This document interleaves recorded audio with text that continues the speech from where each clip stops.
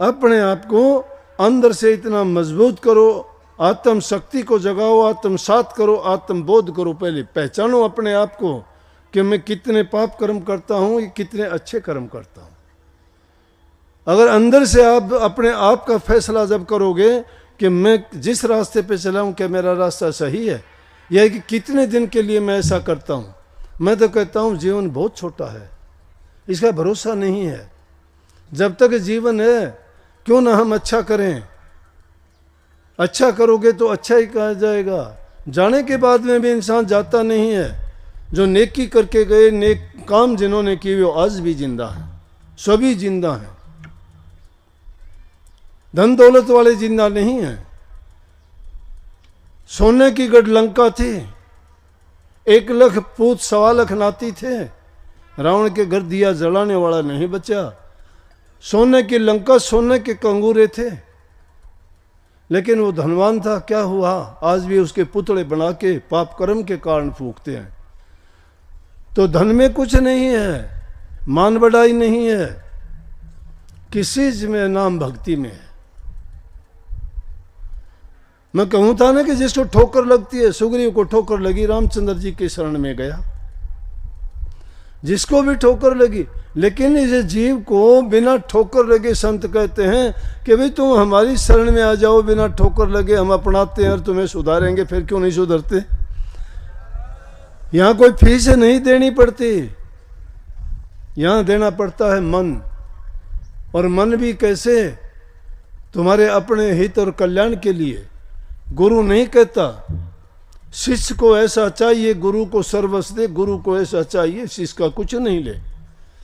शिष्य तो अपना सब कुछ देना चाहिए गुरु को। सब कुछ देने का तात्पर्य ये है कि गुरु की आज्ञा में कि जो भी कोई कार्य करते हो तो उसको उसी समय तुलना करके देखना चाहिए कि गुरु का वचन क्या है, कि गुरु इस बारे में क्या कहता है, कि ऐसा करने से मेरा हित होगा या मेरा नुकसान होगा, मुझे ये करना चाहिए या नहीं करना चाहिए, कहीं गुरु की अवज्ञा तो नहीं है। जो इन चीज़ों का पालन करता है वो गुरुमुख कहलाता है, क्योंकि वो गुरु की आज्ञा में चलता है। और गुरु आज्ञा इंसान के जीवन को संवारती है। और जो अपनी मन मर्जी का काम शुरू कर देता है वो मनमुख है, वो मन के कहे में चलता है। और मन कभी सीधे रास्ते किसी को चलने नहीं देता। क्यों नहीं चलने देता है? काल का एजेंट है। काल नहीं चाहता कि उसकी नगरी उजड़ जाए, उसके जीव यहाँ से कहीं आज़ाद होकर न निकल जाएं, उसकी दुनिया ना उजड़े। इसलिए काल ने बहका दिए। किसी को किसी चीज़ में, किसी को लोभ में, किसी को लालच में, किसी को तीर्थ में, किसी को व्रत में, किसी को पूजा में, किसी को पाठ में, किसी को और दूसरी चीज़ों में, अनेकों ऐसी चीज़ें पैदा कर दी काल ने कि जीव उसी में चक्कर काटता फिरता है, उसी को बड़ी मान लेता है। लेकिन संत जब आते हैं तब इसको बुखार चढ़ जाता है कि अब ये आगे, अब ये तो मेरी दुनिया को खाली कर देंगे। इसलिए सत्संगियों में भी काल घुस के उनकी भी बुद्धि को भ्रष्ट करता है, वो जांच लेता है। तुमने देखा होगा कई बार जब शेर को या जंगली जानवरों को अपने शिकार की खोज होती है ना, और उनको कोई शिकार नहीं मिलता, तो देखते हैं या तो हिरणों के झुंड के पीछे, या जो जंगली गायें होती हैं उनके पीछे, या और दूसरे जानवर उनके पीछे वो शेर, और वो भागते हैं। थोड़ा सा उनके पीछे भाग के देखते हैं, जो कमज़ोर होता है वो पीछे लग जाता है, उसी को पकड़ लेते हैं। वो पकड़ने के लिए नहीं भागते, पहले यूं देखते हैं कि उनमें कोई लंगड़ा हो, कोई दुखी हो, कोई बीमार हो, कोई बूढ़ा हो जो भाग नहीं चल सकता, उसको पकड़ लेंगे दाव लगा के। इसी प्रकार से काल भी देख लेता है। जिनके ढुलमुल विचार होते हैं ना, उन पर दाव चला लेता है और वो पकड़े जाते हैं। किसी दाव में फंस जाओ तो वो उनके दाव में आते ही गिर जाते हैं।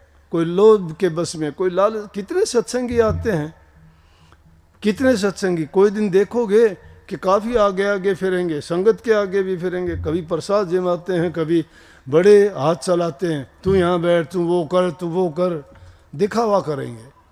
और तू कुछ दिन के बाद देखोगे बोला कि ना मेरी नहीं बनी, वहाँ मन देख लिया वहाँ अच्छा था नहीं। अरे वो अच्छा नहीं था कि तू अच्छा नहीं रहा। मतलब आदमी क्यों निकलता है? अपने आप को छिपाने के लिए वो दोष दूसरों को देता है। ये नहीं कहता कि मैं अपने दाव में मर गया, अपने लालच के कारण मैं नहीं टिक पाया। तो रवि रजनी एक जगह नहीं रह सकते ना, सूर्य उदय होते ही अंधेरा भाग जाता है। इसी प्रकार से जिस इंसान के कर्म अच्छे नहीं होते वो सत्संग सतगुरु और नाम उसको भी अच्छे नहीं लगते। वहाँ वही टिकता है जो असल धात का होता है, जो निज घर का अपना घर बनाना चाहता है, अपनी रूह को वहाँ ले जाना चाहता है, एक कालजाल के झमेले से छूट जाना चाहता है। लेकिन जो माया के गुलाम है वो क्या करेंगे? जो अपने मन के बस की बात करते हैं वो क्या करेंगे? जो इंद्रियों के भोगों में फंसे हुए हैं वो तो रोग होंगे, रोगी होंगे, वो सोगी होंगे। भोग भोगोगे तो रोग होंगे, रोग होंगे तो सोग लगेगा, दुख होगा।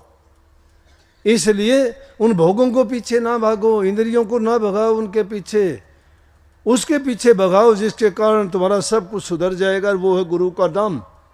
ज़्यादा कुछ नहीं कर सकते, इतना कर सकते हो कि गुरु की जो जो आज्ञा मिलती है, जो जो उपदेश करते हैं, धीरे धीरे करके उनको अपनाते जाओ। मानता हूँ एक दिन में नहीं सुधार होगा, आदत पड़ी हुई है सदियों से, जन्मों से, कितने जन्मों से बिगड़े हुए हैं ये मन और हमारे ख्यालात विचार। अपने विचारों को सुधारो धीरे धीरे करके। कही है धीरे धीरे रे मना धीरे सब कुछ होए, माड़ी सींचे सो घड़ा ऋतु आए फल होए। फल तो ऋतु आने पे ही होता है। गादड़ की तावड़ में बेर को नहीं पाके भाई। गादड़ ने सोचे झाड़ी की तरफ देखा कि बेर पके नहीं अभी, वो तो टाइम होगा जब पकेंगे। टाइम आने पर हर चीज़ सही होती है। इसलिए काम अपना करो और फिर इस चीज़ की तरफ ना जाओ। परिणाम क्या है ये भी ना सोचो मुझे क्यों नहीं प्रकाश होता, ये भी ना सोचो मुझे धुन क्यों नहीं सुनाई देती, ये भी ना सोचो मुझे गुरु का नूरी रूप अंतर में क्यों नहीं प्रकट होता। ये सोचो कि ये चीज़ें जब नहीं आती हैं तो मेरे मन के शीशे पर अभी मैल जमी हुई है, अभी मेरे खोटे कर्म बाकी हैं। जब तक वो खोटे कर्म भोग नहीं लिए जाते, मन का दर्पण जब तक साफ नहीं हो जाता, तब तक आपको उसमें कुछ नज़र नहीं आएगा। लेकिन धीरे धीरे करके नाम का सुमन करते जाओगे, अरे लकड़ी पे लकड़ी घिसते जाओगे, चिंगारी पैदा होगी। टाइम लग सकता है, टाइम लग सकता है, लेकिन टाइम लगेगा। चिंगारी है, उसमें अग्नि है। इसी प्रकार से हमारे अंदर में भी मालिक बैठे हुए है। जो तिल माही तेल हर चकवक माही आग, तेरा साईं तुझ मर जाग सके तो जाग। लेकिन उसके लिए अभ्यास करना पड़ेगा, अभ्यास करना पड़ेगा। जिस प्रकार लकड़ी को लकड़ी से घिसते रहो, घिसते रहो, घिसते रहो, चिंगारी पैदा होगी। इसीलिए उस नाम का सुमन भी उसी प्रकार से रट्टे लगाते रहो, लगाते रहो, लगाते रहो। जब उसमें से वो चिंगारी पैदा हो जाएगी, प्रकाश भी दिखाई देगा, नूरी रूप भी दिखाई देगा, शब्द भी सुनाई देगा, मन भी पवित्र हो जाएगा, जीवन भी सफल हो जाएगा, जन्म मरण के बंधन भी छूट जाएंगे और वो बूंद जाके सागर में समा जाएगी, एक में एक हो जाएगी। ना गुरु, ना चेला, ना सूरत, ना शब्द, एक अकेला रह जाएगा। लेकिन बातों से नहीं भाई, मेरी ये बातों पर ना मान लेना। ये बात कदे यूं ही सोच लोगे ये बात हम भी सीख जाओ और हम भी बोल देंगे ना। बोलने के लिए बहुत कुछ है। मैं किसी किताब की बाणी बातों को नहीं कहा करता। मैं आपको सच्चाई की बात जो आप लोगों से ही सुनता देखता हूँ, उन्हीं बातों को सुन के ही मैं सही रास्ते पर आपको लाना चाहता हूँ। समाज की पहले बुराइयां निकालो और उससे भी पहले है कि अपने चरित्र को अच्छा बनाओ। और मैं तो ये कहता हूँ कि जब तुम्हें अच्छे रास्ते पे चलते हुए ये माताओं बहनों को बहुत कष्ट होता है, मेरे भी दिल को दर्द होता है। बेचारी जाके कहती हैं मेरा घरवाला शराब पीता है, सब कुछ बर्बाद कर दिया और हमें सत्संग में नहीं आने देता। छोटी छोटी बच्चियाँ आके कहती हैं कि हमारा पापा शराब पीता है और हमें सत्संग में नहीं आने देता। आज हम ये कह के आई मेरे माम्या के यहाँ जाऊँगी, क्यों इतवार का दिन है, ये भी नहीं कह सकते स्कूल जाऊँगी, कॉलेज जाऊँगी। अब तो माम्या का घर बचा के उसने, वो झूठ बोल के आती हैं। अरे कहीं बुरी जगह जाती हो तो मना करो, लेकिन वो अच्छी जगह में आने से क्यों मना करता है? क्योंकि उसका रास्ता गलत है। वो अगर अच्छे रास्ते पे चल पड़े तो वो उसकी बुराई के लिए उसको टोक देंगे कि तू ऐसा क्यों करता है। फिर वो बात उसका विरोध करेंगे, वो विरोध उसको अच्छा नहीं लगेगा। इसलिए वो चाहता है कि मैं जो करता हूँ वो करता रहूँ, इनको कहीं ना जाने दूँ। इसलिए जो ये अपना जीवन सुधारना चाहते हैं, ये चाहते हैं कि हमारा परिवार सुखी रहे, हमारी संतान सुखी रहे, मेरे पति की लंबी उम्र हो, उसके लिए ये व्रत रखती हैं, पूजा करती हैं, ये जाके दुआ मांगती हैं, और जब बीमार और दुखी होता है तो उनको संभालती भी ये हैं। और उनकी क्या दशा करते हैं ये कि उनके जीवन को बर्बाद कर देते हैं ऐसी चीज़ों में पड़ के। उनके गहने बेच देते हैं, उनको मारते पीटते हैं, उन पर अत्याचार करते हैं, घर का सब कुछ निकाल के ले जाते हैं। उनका चरित्र कहाँ से बनेगा, कहाँ के सदाचारी होंगे वो, कौन भक्ति का रास्ता है उनके पास। तो ऐसे लोग, जब दुख होता है ऐसे लोगों की बातों को सुन के, और देखते हो आप लोग, उनको देखा करो, पता नहीं क्या का क्या बोलते, ना उनकी कोई शर्म रहती है ना लाज रहती है, लज्जाहीन हो जाते हैं वो लोग। इतनी बुराई की चीज़ों का सेवन करते क्या मिलेगा? अरे कुछ भी नहीं करते तो बुराइयों को छोड़ दो, इन विषय विकारों से बच जाओ, तो भी तुम्हारा जीवन सुखी होगा, हंसते खेलते हुए नजर आओगे, जीवन में आनंद होगा। और क्या है, स्वर्ग जैसा आनंद तो तभी आ जाएगा। जहाँ सुमति वहाँ सुख नाना, जहाँ कुमति वहाँ दुख विधाना। जहाँ सुमति है, अच्छे विचार हैं, आपस में मेल जोल है, जहाँ बूढ़े बुजुर्ग की इज्जत कदर करते हो, पूजा करते हो, किसी देवता को ना पूजो, तुम्हारे माँ बाप को पूजो, अपनी सास ससुर को पूजो। वो भी आपकी तरह से जवान थे, वो भी बड़े सुंदर थे, उनमें भी बड़ी ताकत थी, बुद्धि थी, बड़ी उन्होंने अपनी जिंदगी में काम किए। लेकिन आज बुढ़ापे की उम्र है तो उनका शरीर भी खराब हो गया, रोग भी लग गया होगा, वो हिलने डुलने लायक भी नहीं है। बुल्ले शाह बूढ़ा हो गया, पूरी जिंदगी सत्संग किए, बड़ी बाणी बड़े गाए, अब भी उनकी कव्वालियाँ गाते हैं लोग, गांव गांव जाया करता सत्संग करने के लिए, बाणी गाया करते, मंत्र मुग्ध हो जाते थे लोग। वृद्ध अवस्था होगी, खाट में बैठा है, हाथ धोने के लिए एक बर्तन रखते थे, उसको कूजा बोलते थे।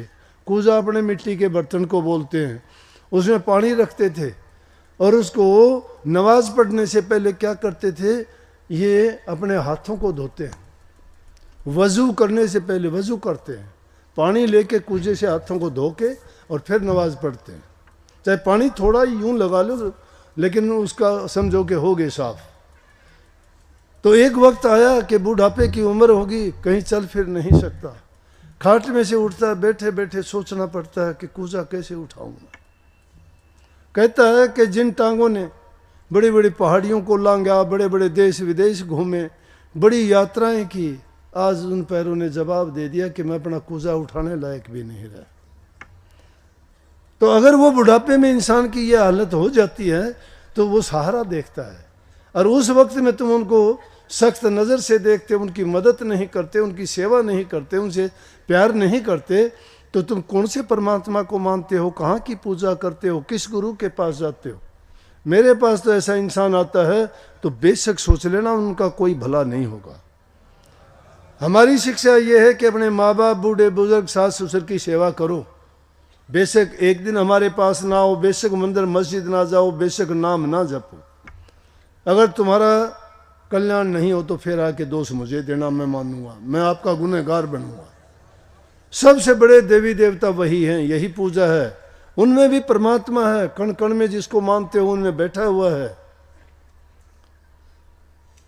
तो घरों में जो प्यार प्रेम रखते हैं, बूढ़े बुजुर्ग की सेवा करते हैं, जबान से मीठा बोलते हैं, जबान से भी हम बड़े गोलियां बरसाते हैं, अग्नि छोड़ते हैं, ये जला देती है इंसान को। ऐसी वाणी, ऐसी भाषा मत बोलो, प्यार से बोलो किसी को। वशीकरण मंत्र है मीठा बोलना, और कोई वशीकरण मंत्र नहीं है। तुम डरते हो ना तांत्रिकों से कि उसके पास तंत्र विद्या है, वो ये कर देगा, वो कुछ को नहीं जानता, कोई कुछ नहीं कर सकता। तन तुम्हारा ये है और इसकी तंत्र विद्या ये है, जो भी काम तुम एकाग्र होके करोगे वो शक्ति तुम में आ जाएगी। अगर आंखों की शक्ति चाहते हो तो आंखें बंद करके तुम गुरु के रूप में अपनी दृष्टि को जमाया करो। अगर वाक्य सिद्धि चाहते हो तुम नाम का सुमरण किया करो। अगर तुम संकल्प की सिद्धि चाहते हो तो ध्यान लगाया करो। सुमरण, भजन और ध्यान, ये तीनों चीजें आपको ऐसा बना देंगे कि जबान से बोलोगे वही काम हो जाएगा। जिस पर दृष्टि डालोगे, बीमार पे डालोगे, वो ठीक हो जाएगा। जिस पे भी जिस दृष्टि से तुम दृष्टि डालोगे उसको वही लाभ प्राप्त होगा।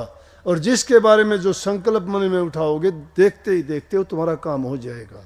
जबान से किसी को आशीर्वाद दोगे, उसके सारे काम सिद्ध हो जाएंगे। लेकिन किसी पर अगर कोप भरी दृष्टि होगी तो उसका नुकसान भी कर दोगे। लेकिन ऐसा नहीं करना। संत मत की शिक्षा ये है कि परहित के कारण सारे काम करो। दूसरे को सुख देते हो तुम्हें सुख मिलेगा, दूसरे को प्यार देते हो तुम्हें प्यार मिलेगा। प्रकृति का नियम है। अच्छे काम करने से आदमी को अच्छा नतीजा, अच्छा परिणाम मिलता है। तो कभी भी किसी के ना बुरा सोचो, ना बुरा करो, ना बुरा देखो। ये जिंदगी सफल है आपकी। ये 3 सूत्र हैं जिंदगी के। बुरा मत देखो, बुरा मत सुनो और बुरा मत कहो। और तीनों संत मत के ये स्तंभ हैं। जो आंखों को बंद करके गुरु रूप में दृष्टि जमाता है उसका ध्यान लगता है। कानों को बंद करके जो बाहर की धुन आवाज़ों को छोड़ के जो शब्द धुन को सुनना चाहता है तो उसकी वो इच्छा पूरी होती है। और उसी को सुन के मन को समझाया जा सकता है। स्वामी जी महाराज का शब्द है, धुन सुनकर मन समझाई। और जबान से अगर तुम अच्छा बनना चाहते हो तो इस जबान को जितना मतलब हो, जितनी जरूरत हो उतना बोलो। ज़्यादा किसी चीज़ का भी अच्छा नहीं होता, लेकिन संगति इंसान की अच्छी होनी चाहिए। इसीलिए सत्संग की महिमा है। सत्संग में सतगुरु का संग होता है। सतगुरु का संग हर प्रकार से आपको सच्चाई की ओर लेके जाएगा। आपका मन भी सच्चा, जीवन भी सच्चा, कर्म भी सच्चा, धर्म भी सच्चा और तुम्हारा जीवन भी सच्चा। ये सारी चीज़ें सच हो जाएंगी तो सचखंड के आप हकदार हो जाओगे। सचखंड का वीजा मिलेगा आपको। लेकिन सत्य का मार्ग नहीं अपनाता है, वो झूठ, कपट, बेईमान, ठग लोगों में बैठ जाता है। उसकी बुद्धि को हर लेते हैं और वो काल के रास्ते पे चल पड़ता है। सारे उल्ट काम होंगे। कोई उसका अच्छा काम नहीं हो सकता। हमेशा उसकी नीयत बुरे काम में रहेगी। वो किसी की अच्छाई नहीं देख सकता। उसकी दृष्टि में दोष देखना हो जाएगा। कभी भी किसी के दोष ना देखो। तुम्हारा कोई बुरा करता है, बुरा मत मानने दो, उसको करने दो। कुछ दिन में तुम देखोगे तुम्हारा नहीं उसका बुरा हो गया। क्यों? आपने उसको मंजूर ही नहीं किया। बुराई देखो तो खुद की देखा करो। महापुरुषों ने कहा कि बुरा जो देखण मैं चला तो बुरा न मिले कोई, जो तन खोजू अपना तो मुझसे बुरा ना कोई। बुराई देखते हो अपनी देख लिया करो। इन बातों में क्या मिलेगा? ये भी उसके पास स्कूटर है, मोटरसाइकिल है, वो आजकल हवा में बात करता है, ये क्या मिलेगा?